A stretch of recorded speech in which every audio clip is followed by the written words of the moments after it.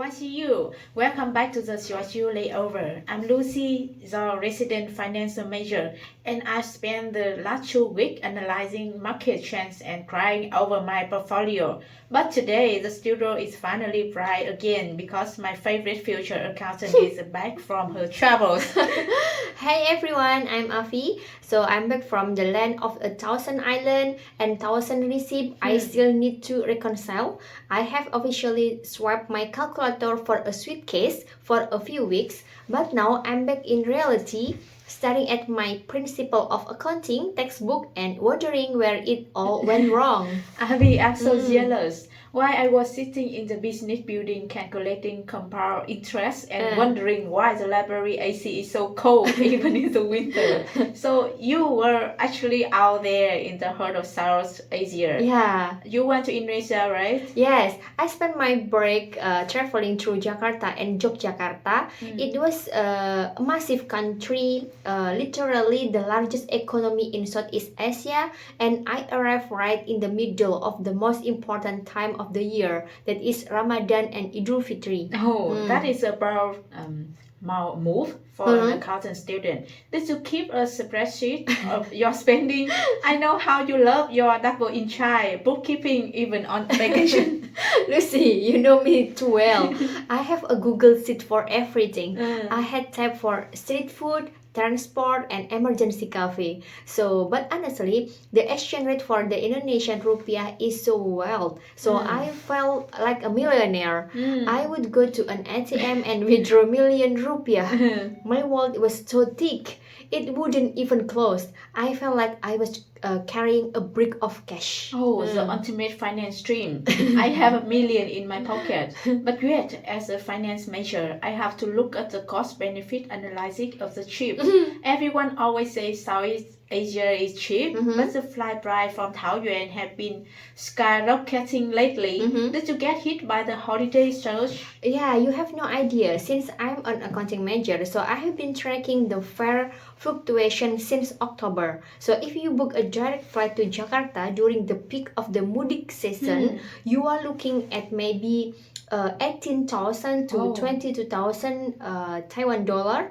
It's a lot for a student budget. Too much? 20k? I mean, for that price, I could take the Taiwan high-speed rail from Taipei to Chuang and back like 15 times. Yeah, exactly. And a round trip on high-speed railway is about 2,980 dollar. So logically, my flight was equivalent to almost 7 round trip across Taiwan.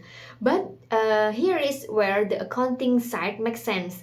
Once I landed in Indonesia, my daily burn rate was so much lower than it is here in Chungli.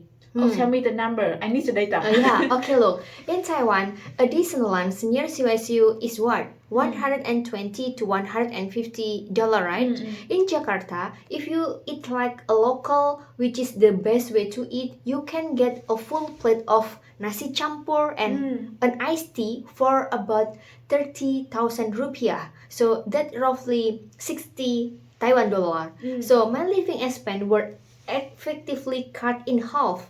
Even with the flight, my total cost of ownership for the vacation was lower than staying in Taipei for 2 weeks. Oh, so you arrived during Ramadan? Yeah. For those who don't know, that's the month of fasting, right? Yeah. How does that affect the market over there? It's fascinating. During the day, Jakarta is actually surprisingly mellow. So since the majority of people are fasting, no food or water from dawn to sunset. So the energy is very calm. But as an accounting student, I was looking at the retail sector. Ramadan is a huge boost for the Indonesian economy. Oh, I've heard of the Takichi market. Yeah, takjil. Takjil market. Is that the after hours check of the food war? Yeah, precisely. Takjil is the term for the snack used to break the fast. So around 4 p.m., the street wake up. I went to a street market in an area called Ben Hill. In Jakarta, there were a row and row of vendors selling fried tofu, sweet potato soup, and colorful pudding. So everything is super affordable. Oh, I'm calculating the profit margin in my head. Those vendors must have a crazy high turnover rate in those 2 hours before sunset. Yeah, for sure. Thousands of pieces of gorengan, that is a fried snack, are sold every minute. But the most interesting financial thing I learned was about THR. Oh, THR, what is Yeah, we call it THR is Tunjungan Hari Raya. It's a mandatory religious holiday bonus. In Indonesia, employer must give their worker a 13th month salary before the holiday. So everyone suddenly has all this extra liquidity right before Idul Fitri. Oh, that explains the shopping. Yeah. It's like a massive national stimulus package. Yeah, that's right, exactly. The malls like Grand Indonesia stay open until midnight. So it was packed with families buying new clothes. So it's tradition to wear something new on the day of Idul Fitri, a total reset of your wardrobe and your spirit. Oh, I love that. A fresh start, literally and financially. Did you fast too? Yeah, I tried for one day and I woke up at 3:30 a.m. for shower. That is the pre-dawn meal. But by 2 p.m. I was staring at the water fountain in the hotel lobby like it was marriage. So it gave me so much respect for the locals. So they stay so patient and kind even when they are hungry and thirsty in the Southeast Asian heat. Oh, but Avi, you mentioned the more were packed for the wardrobe reset. Yeah. It's actually a rule. Do you have to wear new clothes for Idul Fitri? It's not a legal audit requirement, Lucy, but socially it's a 100% compliant rate. So it's called baju lebaran. So on the morning of the holiday, everyone step out looking like they just walked off a runway.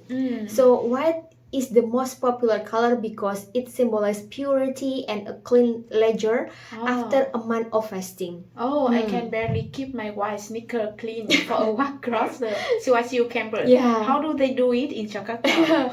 It's a miracle of physics. So, but here is the best part.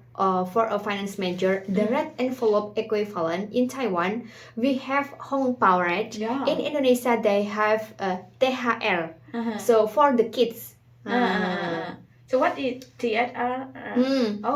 Don't tell me currency exchange total.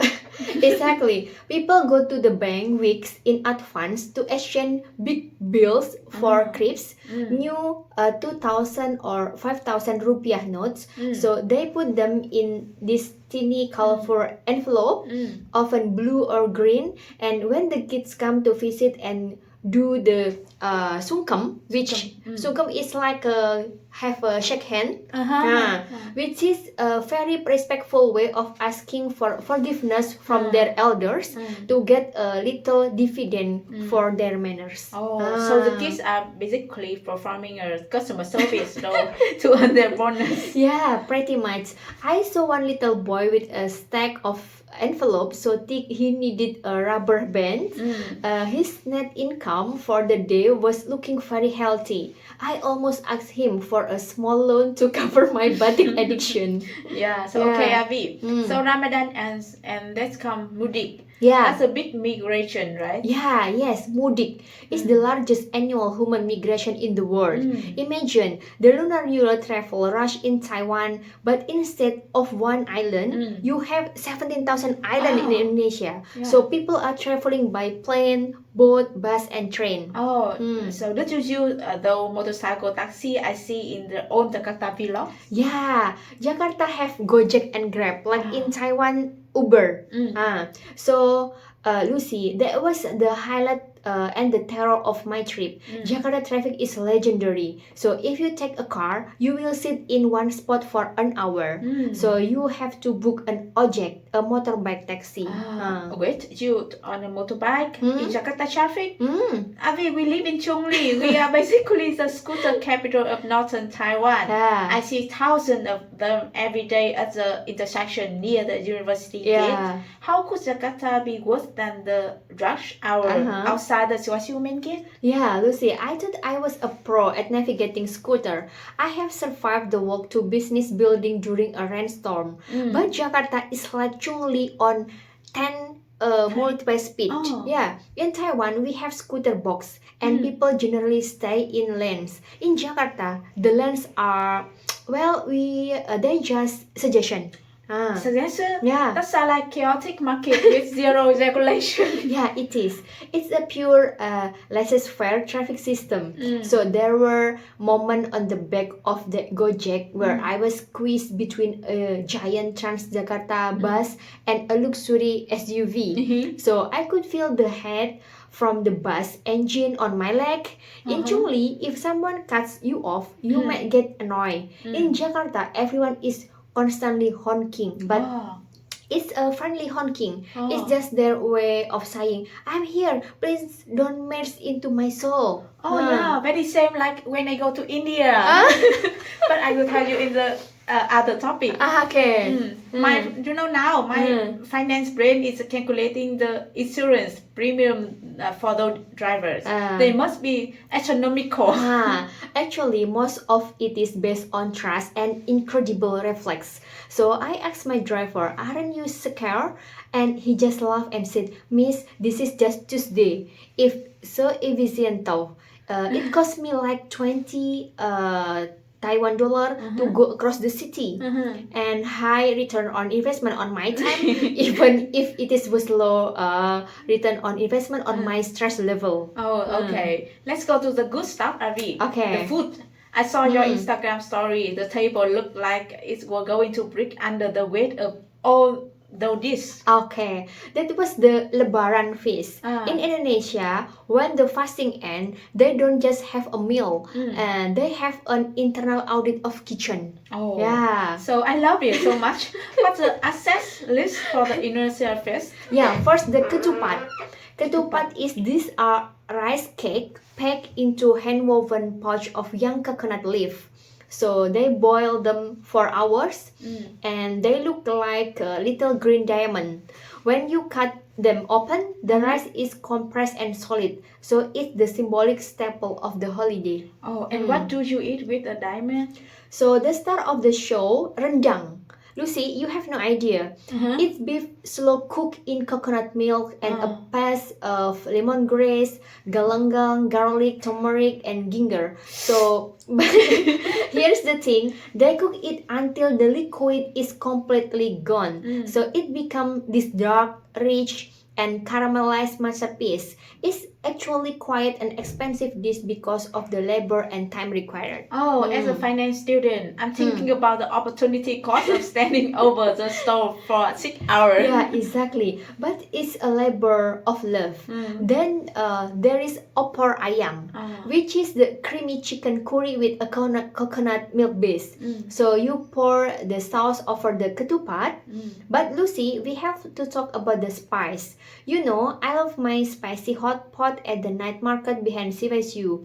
I usually get the medium spice and I handle it like a pro. But I have heard Indonesian heat is different. And Lucy, let me tell you, my accounting brain tried to categorize the spice level, but the scale doesn't exist. In Taiwan, our large spice Tala is like a gentle tickle compared to an Indonesian sambal. I thought I was prepared. I really did. What happened? Give me the breakdown. What actually in this stuff? So sambal isn't just one sauce. It's an entire category of condiment. So the base is almost always bird eyes chili, and then they call them cabai rawit. So these teeny little pepper are like small red landmines, and they don't just burn your tongue, they attack your entire nervous system.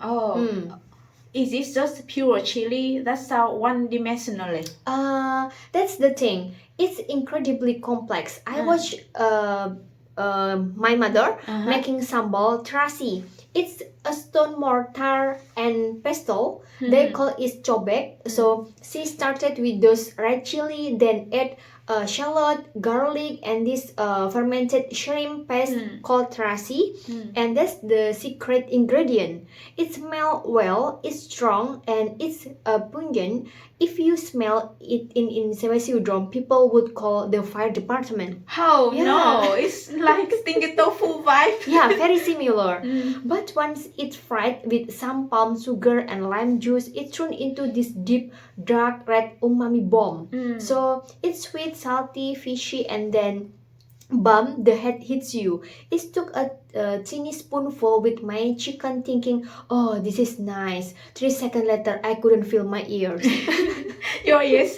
I mean, that's not a food reaction. That's a medical emergency. Yeah, I'm serious. My ears started ringing. I felt this bed of sweat roll down my neck, and I reached for my iced tea. But in Indonesia, sometimes the tea is hard. I accidentally took a sip of hot jasmine tea after the sambal, and I thought my soul was leaving my body.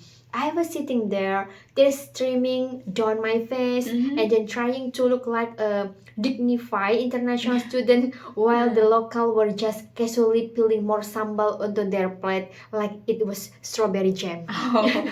Okay, Abby. Did you struggle with the language? I know to try to learn some basic before you left. Yeah, I did Indonesian or Bahasa Indonesia. It's actually one of the most logical language for an accounting to learn. So because it has no tense, in Indonesia you just add a word like already, sudah, or will, akan. So it's like a very clean ledger. I eat already, I eat tomorrow. Simple. Yeah, exactly. But I did have some funny moment. I wanted to ask for the waiter's attention. In Indonesia, you say kakak, like cece. Cece. We call it kakak. But I got confused and accidentally called the waiter grandpa, kakek. Kakek. Yeah, kakek means grandpa, but kakak means cece. So the poor guy was like 20 years old, and he looked at me so sadly. Yeah, he probably thought he looked really old that day. Any other useful phrase? Yeah, if you go, you need to know terima kasih for thank you. And my favorite word is hati-hati. It means be careful. So, but literally translated, hati means heart. So you are saying heart. Oh, just like 小心小心. 什么喝? Yeah, in Taiwanese. 小心. Yeah, it's so awesome. I'm going to start saying that to you when you go to your long coaching lab. Hati, I mean. Yeah, I will need it. So, and look at this batik. I visited a workshop in Yogyakarta, Lucy.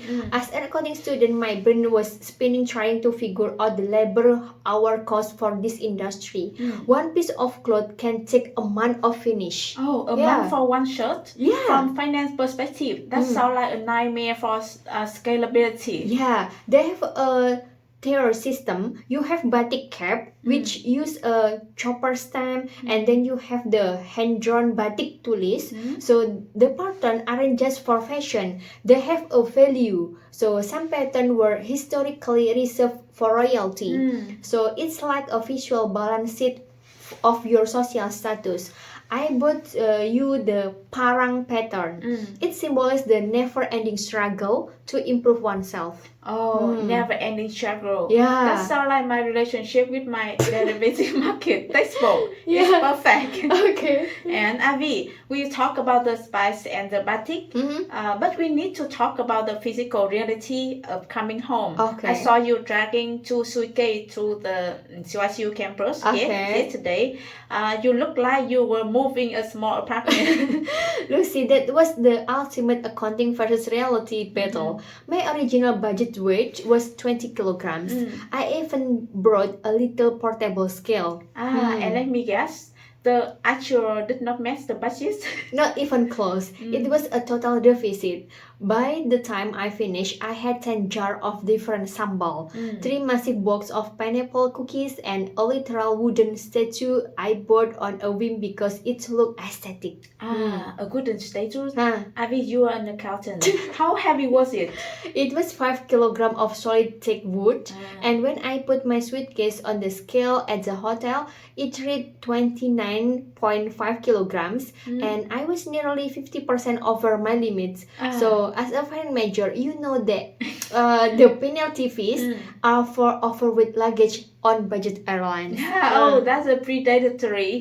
It's like 200% interest rate on your mistake. Yeah, exactly. I was sitting on the floor of the Jakarta airport trying to reallocate my asset, and I had to wear 3 layers of clothes just to lighten the bag. And I was wearing my thickest hoodie, my new batik jacket over it, and a scarf in a 32-degree airport, Lucy. And I was a walking, sweating pile of textile. Yeah, so hot, huh? Yeah. I can see it now. You look like a very stylish, very hot onion. I felt like one. And the jars, I was so terrified the sambal jars would break. If a jar of fermented shrimp paste exploded at 30,000 feet, they would have to retire the airplane forever. I wrapped every single jar in 3 layers of bubble wrap and tucked them inside my shoes for structural integrity. Oh, that is some high-level engineering. Does the audit at the check-in counter go okay? The lady at the counter looked at my bag, then looked at me in my tree jacket, and just say, I think she knew. She let me through without charging me. I think it was a mercy waiver. When I finally saw the light of the Taiwan coast, I felt a mix of relief and sadness. Wow, Avi, the audit is officially closed. Your trip sounds like a 10% investment. We are cover the rubber time, the hurt, safety, and the spy-induced air ringing. It was the trip of a lifetime, Lucy. It really opened my eyes of how big Southeast Asia is and how lucky we are to be so close to it there here in Taiwan. Yeah, I'm definitely booking my ticket for next year, but I'm bringing a biggest suitcase. Smart, very smart. To our listener, thanks for joining us on this deep dive into Avi Indonesian adventure. We hope this inspired you to look beyond the spreadsheet and go explore. Hati-hati everyone. See you next week on the Siwasiu live chat. Bye-bye.